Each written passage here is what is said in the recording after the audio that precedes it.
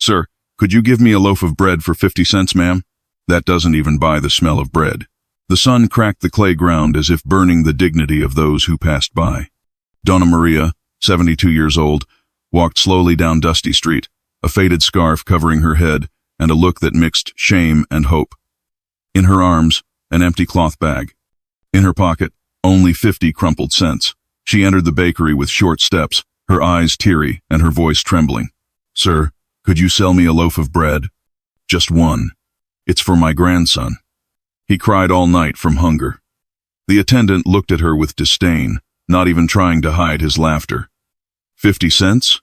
That doesn't even buy the smell of bread, ma'am." Some customers laughed. A young man shouted, "Go ask the government."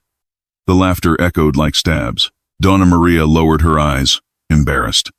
She squeezed the coin in her wrinkled hands and murmured softly, "I asked God, but maybe he's busy today." The silence lasted seconds, until, at the back of the bakery, a man in a dirty apron emerged from the oven. It was the baker. He had a tired face, his apron covered in flour, and his eyes were brimming with tears. "What did you say, ma'am?"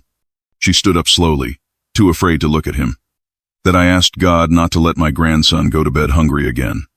The baker took a deep breath, picked up a basket, and began to fill it. Bread, milk, margarine, rice, beans, and even a packet of biscuits. He placed everything on the counter and said, "Your request has been granted, ma'am. God only used me to deliver." She trembled, crying, not knowing what to say. "But young man, I only have 50 cents. He smiled, his eyes filled with tears. "You've already paid. You paid with faith. And faith is worth more than money." Donna Maria left with the basket clutched to her chest, walking slowly along the cracked sidewalk. Behind her, silence filled the bakery. The same clerk who had laughed stood still, staring at the forgotten coin on the counter. On the wall, the baker had written with charcoal, "Man shall not live by bread alone, but by every word that comes from the mouth of God." Matthew 4:4.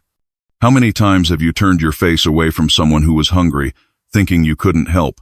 Sometimes, the test isn't for the one who asks, but for the one who listens.